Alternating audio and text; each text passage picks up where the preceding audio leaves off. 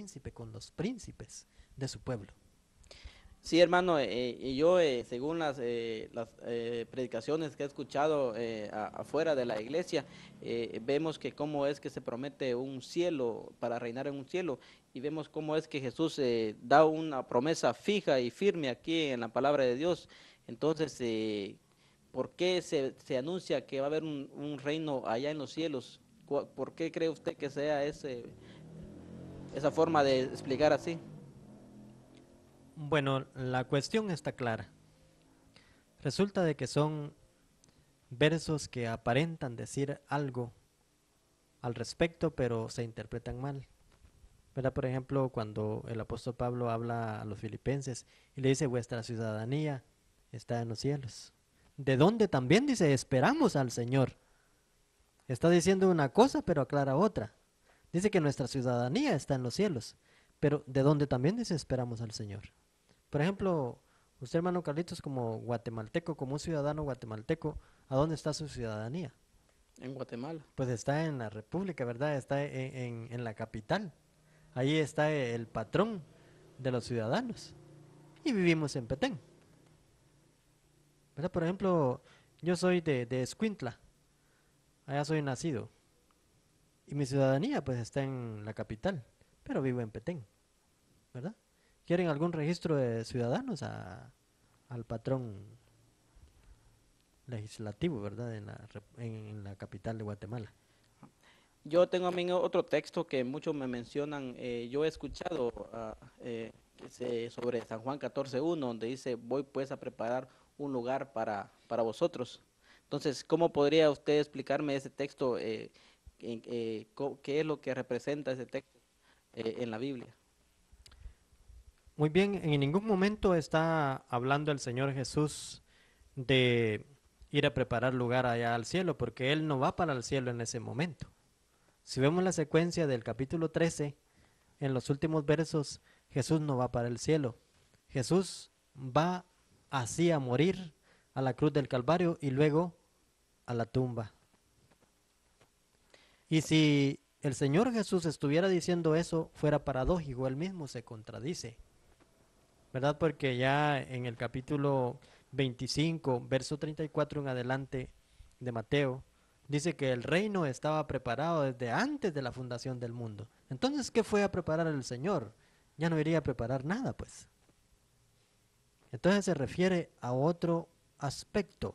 Recordemos que nosotros como gentiles, según el capítulo 15, que habla de la resurrección de la primera carta a los Corintios del apóstol Pablo, nosotros tenemos que heredar el reino no en este cuerpo, sino en un cuerpo transformado, en un cuerpo celestial, ¿verdad? Que el Señor trae de allá. Y al momento cuando se toque la séptima trompeta, cuando habla en Juan 5:28, y todos, dice, los que están en los sepulcros oirán la voz del Hijo del Hombre, y unos saldrán, dice, para vida eterna, y otros para condenación. Entonces, cuando el Señor está hablando de ir a preparar un lugar, se estaba refiriendo a eso, de que Él al morir en la cruz del Calvario y luego ir a la tumba y resucitar, Él era aquel grano de trigo, ¿verdad? Que iba a ser sembrado, pero que iba a nacer y luego naciendo llevaría mucho fruto. Es por eso que decía el evangelista, ¿verdad? Si el grano de trigo no cae en tierra y nace, no lleva fruto, se queda solo, ¿verdad? Es como si nosotros vemos un grano de trigo bien bonito y lo guardamos en un frasco. ¿No crece? ¿Y cómo van a hacer? Pues, ¿y cómo va a llevar fruto? Pero si cae en tierra y nace, este lleva mucho fruto. Entonces, a como él, el apóstol Pablo es bien idioso y claro en eso, ¿verdad? Y luego a través de la carta que escribe a los romanos dice que así como en Adán mueren todos, en Cristo Jesús, dice, también viven. Así como trajimos, dice, el síndrome de Adán del pecado, de la muerte, así también en Cristo Jesús, dice, la vida. Y cuando aquí en San Juan 14, en versículo 2 dice, la casa de mi padre, ¿qué representa la casa del padre? Bueno, la casa del Padre, según Primera Timoteo, capítulo 15, 3:15, ¿verdad? Ahí está hablando el apóstol y le dice a Timoteo, un hombre que conoce muy bien de todo eso, le dice, para que sepas conducirte en la casa de Dios, que es la iglesia, dice, del Dios vivo, columna y apoyo de la verdad. Quiere decir que la casa del Padre en sí es la iglesia o la familia de... Exactamente, son las personas, ¿verdad? Y es por eso que el Señor iba a preparar lugar para vosotros, para la iglesia, para que esa iglesia también resucitara juntamente con Él, ya con un cuerpo igual a Él. Pero donde dice aquí la casa del Padre, cuando dice voy a preparar un lugar en la casa del Padre, quiere decir que Jesús pertenecía a la casa del Padre. Exactamente. Y Él nos Práctica- está preparando un lugar también en prácticamente Él era el mayordomo, el encargado de eso, ¿verdad? Para eso vino.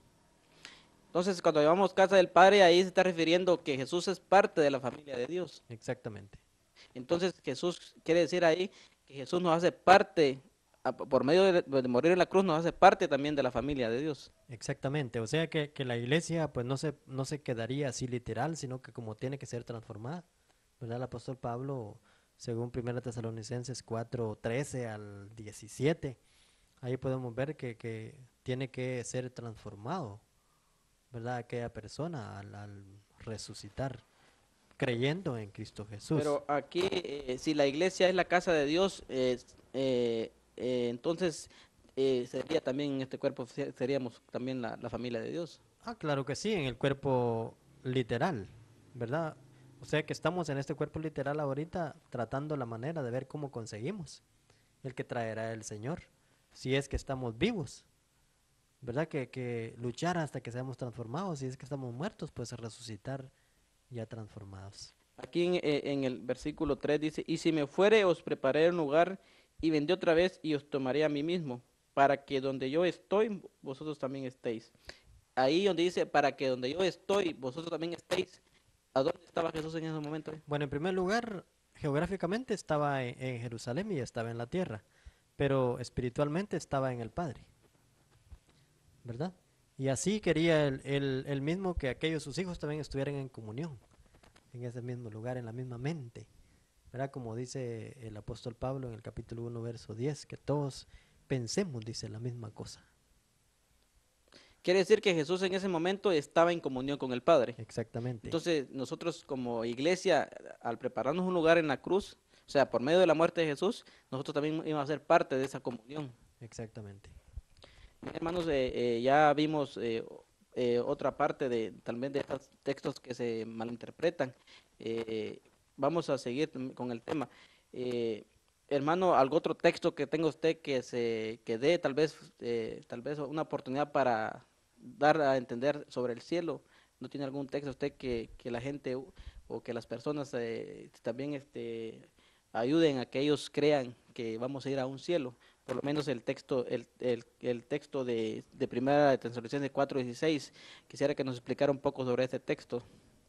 Bueno, lo que el apóstol Pablo está diciendo a los hermanos de Tesalónica es de que se va a hacer un recibimiento al Señor, no a reinar. Eso es lo que dice el verso, de que resucitarán los muertos y luego los que viven serán transformados y recibirán al Señor en el aire. No está diciendo de que van a reinar en el aire. ¿Por qué razón? Porque las profecías ya han situado el lugar. El profeta Zacarías sitúa el lugar y dice que el Señor afirmará sus pies en aquel día, Zacarías 14:4, en, El monte de los olivos. en el monte de los olivos, que está enfrente, dice, de Jerusalén. Quiere decir que en el Primera de Tesalonicenses 4:16, ahí lo que se hace es, o sea, la iglesia sí va a ser levantada en el Exactamente, aire, pero va a ser levantada en las nubes que miramos nosotros. exactamente. A Ah, recibir al Señor, hacerle ese recibimiento. Y luego que lo recibe. Por ejemplo, hermano Carlitos, cuando usted tiene un amigo y viene de visita, ¿verdad? Por ejemplo, yo sé que ustedes son de la zona de Oriente, por ahí, vienen a visitarlo. Luego usted sale a la calle, viene mi familiar, mi tío, mi primo, mi abuelo, qué sé yo, ¿verdad? Pero no se queda en la calle con él, sino que luego que le da un abrazo y un beso, lo entra. a su casa, ¿verdad? Ya donde usted habita, ¿verdad? Entonces, de la misma manera, el Señor se hace presente y luego su iglesia le recibe, pero el Señor no se queda allí volando, ¿verdad? Con su iglesia, sino que se la lleva luego a Jerusalén. Sí, aquí hermanos, en los primeros, por lo menos en los versículos anteriores en el 15, dice que habla de que nosotros seremos transformados, pero ya adelantito dice, y así estaremos con el Señor. Eh, ¿Por qué nos puede explicar usted? Dice, y así. ¿Será que dice así o allí estaremos con el Señor? No, está diciendo así, así en ese aspecto, en esa forma, ya transformados, porque nadie que no sea transformado no puede estar con el Señor, ¿verdad? Tiene que ser transformado a dura ley, ¿verdad? O a dura fuerza para poder estar con el Señor. Entonces quiere decir que la iglesia sí se va a levantar en el aire, Exactamente, se va a levantar para recibir al Señor, no para reinar en el aire. pero no va a salir de la atmósfera o en el espacio, ¿no? Que va a ser en estas nubes que se mira. Exactamente. Bien, hermano, ¿alguna otra explicación que usted quiera añadir? Bueno, el capítulo 24, verso 31 en adelante, ¿verdad? Donde dice que el Señor viene con poder y con gran gloria y sus ángeles, ¿verdad?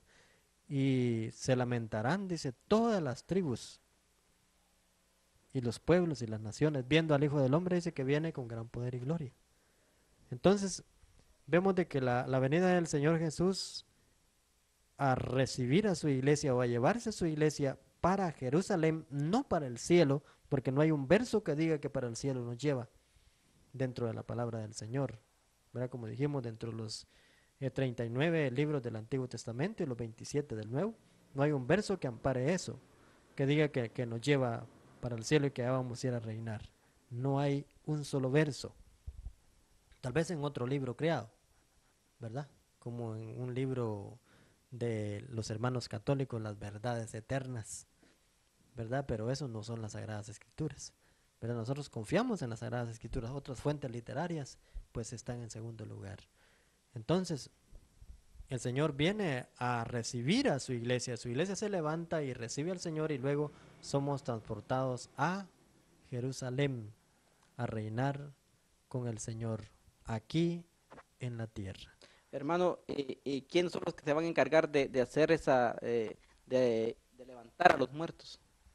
Bueno, según el capítulo 31 son los ángeles. El verso 31 desde el capítulo 24 de Mateo, mandará a sus ángeles, ¿verdad? A recoger, dice, a sus escogidos en los cuatro ángulos de la tierra. Y cuando dice a la final trompeta, ¿de qué trompeta está hablando ahí? La secuencia de la número 1, la número 2, la número 3, la número 4, la número 5, la número 6 de las 7 plagas. Entonces quiere decir que ahí a la final de la séptima trompeta, de las trompetas de las 7 plagas, es que los muertos resucitan. Exactamente. Entonces ahí nos damos cuenta entonces que Jesús viene a la final de las A siete la plagas. final trompeta, a la trompeta número 7, antes no viene.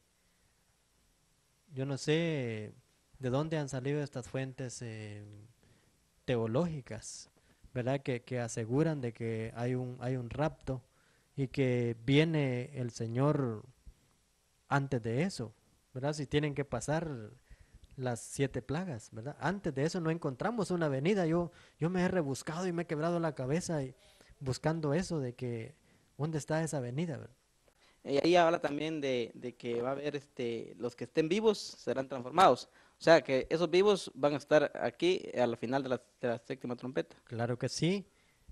Isaías, por ejemplo, el gran profeta mesiánico, 26:20.